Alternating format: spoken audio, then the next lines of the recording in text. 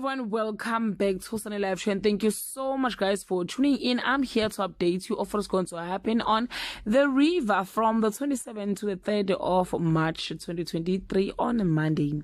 Bukosi has to scramble to take care of a matter he has found himself in.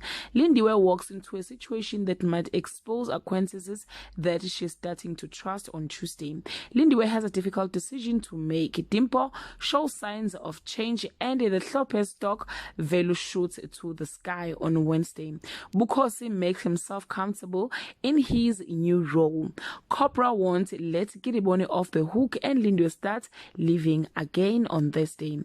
Veronica sees through Lindiwe like a glass while Charlie wants more, and Dimpo makes a difficult decision on Friday. Unless boundaries are tested, Charlie doesn't know when enough is enough, and the Copra's immaturity creates tension in the house. Well guys, this is all I have for today. You can leave your comment below and share your opinion. Bye.